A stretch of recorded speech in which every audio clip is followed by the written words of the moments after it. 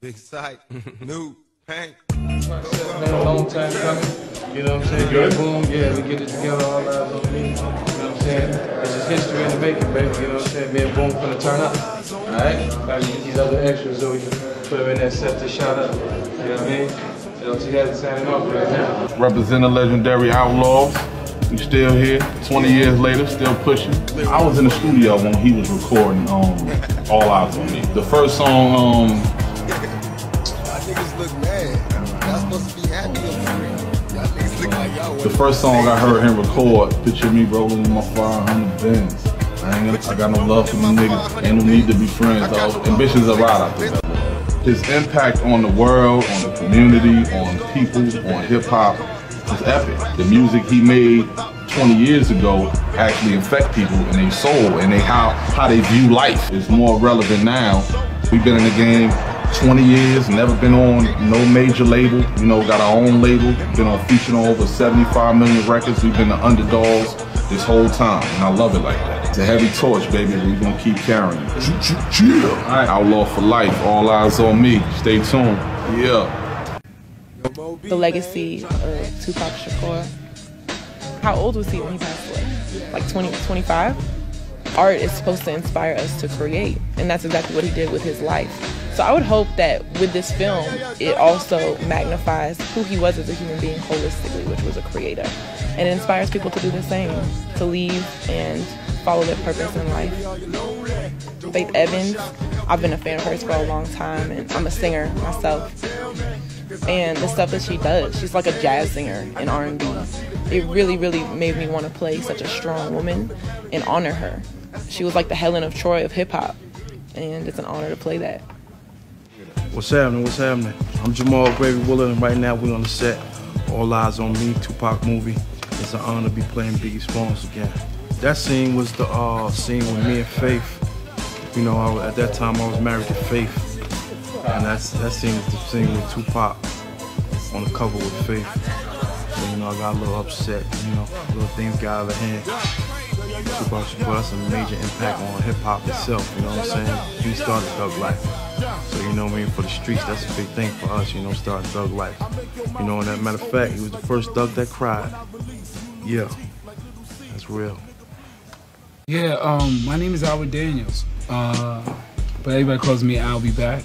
I play AB, a character that influences Pac in the realm of performance and poetry. Poetry is an outlet for us to say exactly what's going on, and that's what Tupac wanted to push. Even at 18, he wanted to shed light on how dark it was, where he was from. Shout out to you, Tupac. Shout out to you wherever you are in heaven.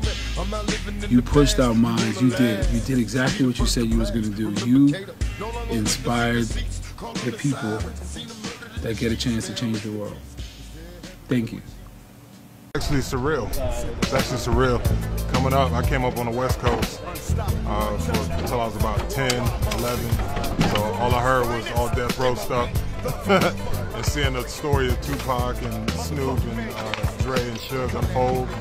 And so, you know, growing up and playing Suge Knight, I mean, I've done a lot of roles, but this one is exciting. As a longtime Tupac fan, you know, I still bump Tupac in the car.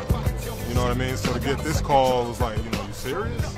You know, and then playing Suge Knight, you know, so it's an honor above all, and I hope everybody loves it as much as we do. One of the big mandates when we wrote this was try to keep it as real as possible and to use his own words whatever chance we got, and that's what we tried to do because we wanted to be as authentic to the legend as he was to everyone else. And I think speaking to that point, L.T. Hutton, one of the producers, he always said to us, you know, Tupac wrote his movie, just listen to the interviews, listen to the YouTube videos, listen to what he said at the Black Expo, listen to what his mom said. If you listen to all that, Tupac already wrote his movie, just listen to his words and it'll tell you his story. Obviously we had to like take it and make it into a narrative structure, but he was so prolific in his very, very, unfortunately, short life, but he was so prolific, there was so much to pull from. He wasn't just a musician, he was an actor. He was a renaissance man. He was a renaissance man. He was involved in politics, the Black Panthers. I mean, you know, he was not a stereotypical actor, a stereotypical musician. I gotta tell you, there's nothing like being on the set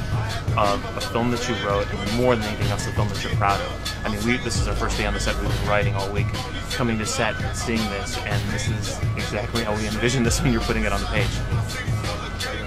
The unfortunate thing is some of the stuff that Tupac was saying 25 years ago, 30 years, forever ago, is still happening. So you look at, like, all the cop shootings all over the United States and stuff in Chicago and stuff in Detroit, and all the stuff he talked about violence on, minorities. He was basically saying Black Lives Matter 20 years ago. I want people to see this film because I want them to be entertained, I want them to be educated, but more than anything else, I want them to understand that Tupac wasn't just a rapper, but he was a guy who was so far ahead of his time, and had his life not been cut short, who knows what he could have done. The music is in there, but everything else is in there too. My name is Ed Gonzalez, and I'm the writer. And Jeremy Haft, the other writer of the movie.